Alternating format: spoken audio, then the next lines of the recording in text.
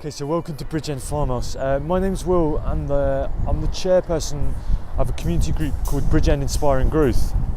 And the project is very simple. It's community renovation of the farmhouse here to become a centre for learning, eating and exercise.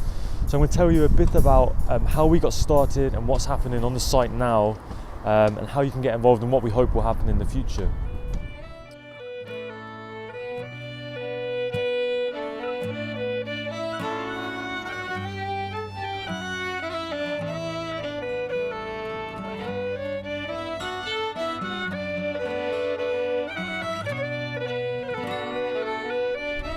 Okay, so yeah, I'm just one of the volunteers of many that are involved in the project here over the last 4.5 years. We've got about 250 members today and an ever-rolling kind of number of volunteers. We're here every Sunday from 11 till 3 for the year that we're leasing the farmhouse from the council before we hopefully get money from the big lottery to sort of renovate the whole building fully.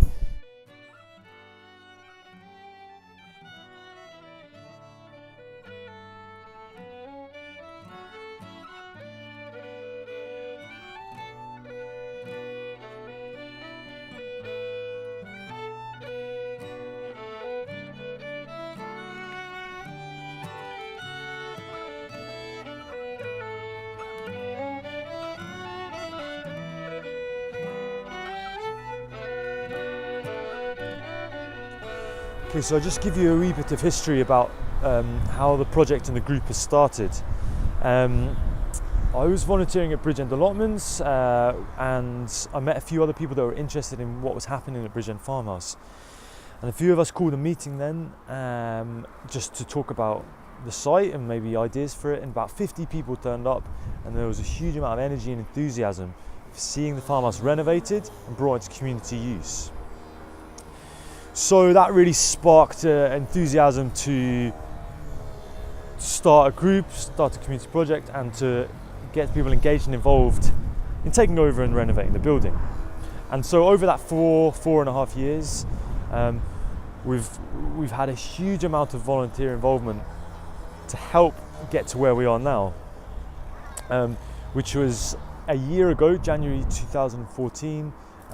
Edinburgh City Council put the farmhouse on the market to sell, and we put in a bid alongside quite a few other bidders, and luckily the decision was taken to committee and the City Council decided to lease it to Bridgend Inspiring Growth for a year and give ownership on receipt of capital funding from the big lottery.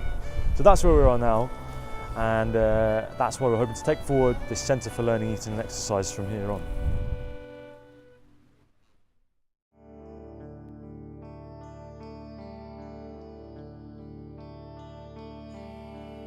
It was just a nice wee community at one time, you know, and it was Bridgend, so it was called then, Bridgend Cottages.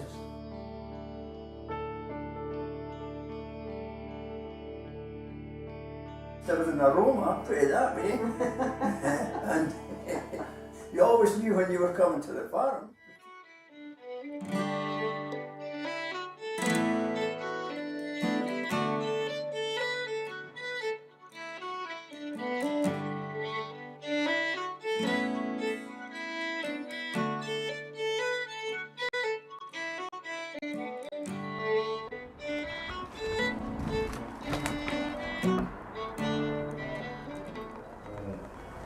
And I'll show you the room next door as well. So the idea is that we're going to knock down this wall here. The idea is we'll knock down this wall and then make one big space. One big space.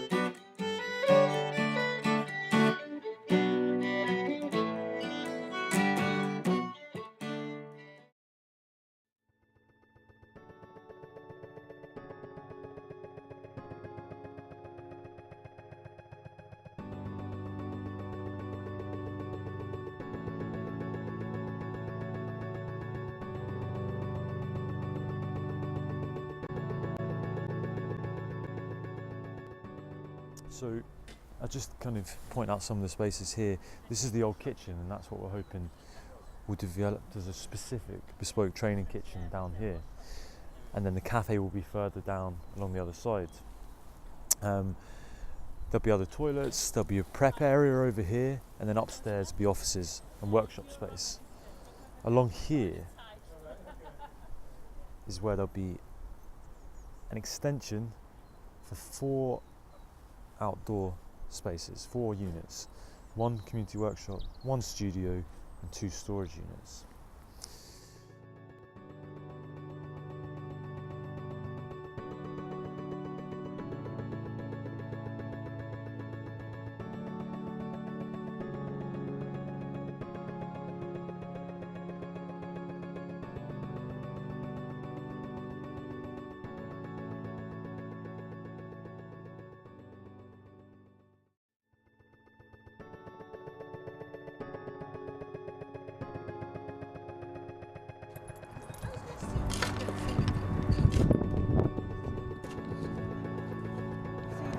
Any stone that's been dressed, it's been cut, reloafed throughout.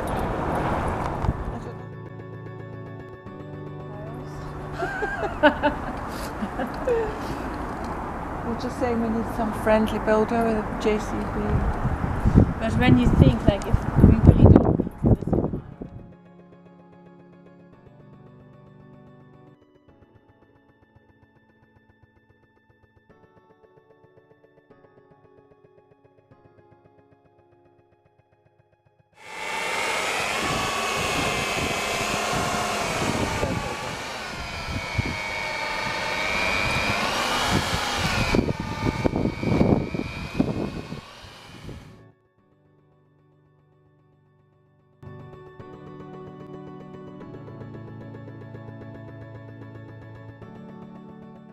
So it's a Sunday and it's sunny, thankfully. It's our second stone wall restoration course with Tim LaBruley. We're doing lime mortar restoration on this back and surrounding wall. We're doing 4 sessions. Our first session was stormy weather, so we're really happy with the sun today.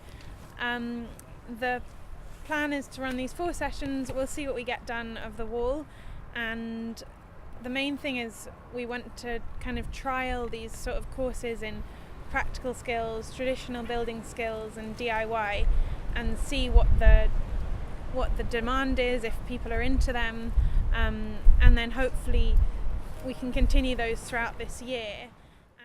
So what the participants are learning about is how to restore a wall using lime mortar, and last session they were mainly chiselling out weakened bits of lime or areas where cement had been used to fill in where lime would have been, which is bad practice but common practice in building.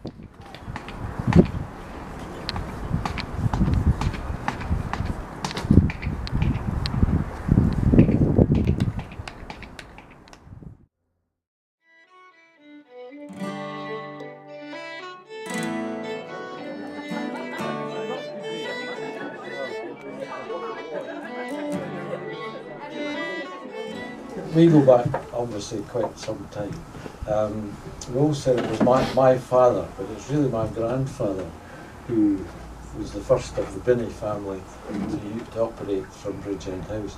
He was born in 1872, so we're talking 143 years ago. And driving past Bridgend and seeing the house in a state of decay was quite alarming. And then of course there was the fire and what's going to happen. We used to go and collect the cows when they were called in for milking, and they were all paraded along the street, the main street where all the buses go today, and the traffic was stopped and the cows got priority, and they all came up here into the yard. We took over Dixon's nurseries from the Royal Nurseries, it was round about the castle, nearly 100 acres. Yeah, and Miller had already bought the land, you see, but they were looking for a silly bugger to try and farm the land. They said they'll only be here for 5 years, and then hopefully we'll get building permission, and they were going to join up the Inch with Crickmillar. Now that was never going to happen. So, I maybe shouldn't say it, but I do call it no man's. My other lasting memory is of playing outside of the street. Kick a can and all these peavers and grenadier and things like that, and we all did that, played together in the street. Summer homes used to down the bottom. That's right. So down the bottom. Spent our days in there. Aye. We used to put the button on Granny Stairs when you were We were putting tap it Monday at night. She used to come, I can't Annie- read that. Annie We used to used to run, come she'd in. say, it's Henderson, I'm going Yeah. to tell you, I'm on a railway over there. It's been 4 years getting to this point.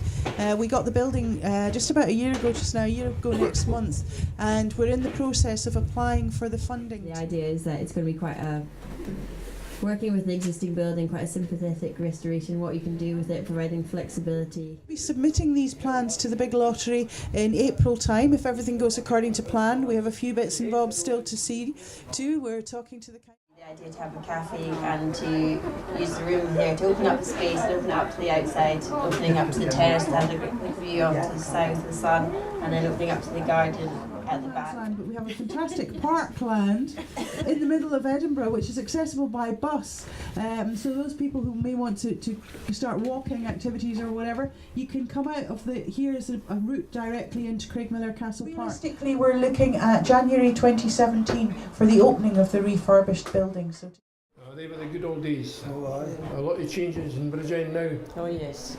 Even this place, when you walk into this place now, this farm seems to be awful small. Yes. To what it was when we were young, it looks much bigger. That seems to be the thing. All the coos and all that used to go to the field The there. coos used to walk along the road there. 2:30 you brought them out, 10 to 5 they used to go back in again. We used to come, Margaret and I used to come up to here, to the front door, to get eggs, and it was always Grandma Binny and Auntie Jessie. Grandma Binny was really a big woman, and she looked quite scary. She was nice enough. She was nice enough to us. She looked scary. And Auntie Jessie was like a beanpole, exact opposite to her mother. And the two of them used to go in and get. Well, we never got in. We were sort of standing, and there was like a kind of a porch bit which we stood at, and then you could see there was a kitchen. A long kitchen, and we used to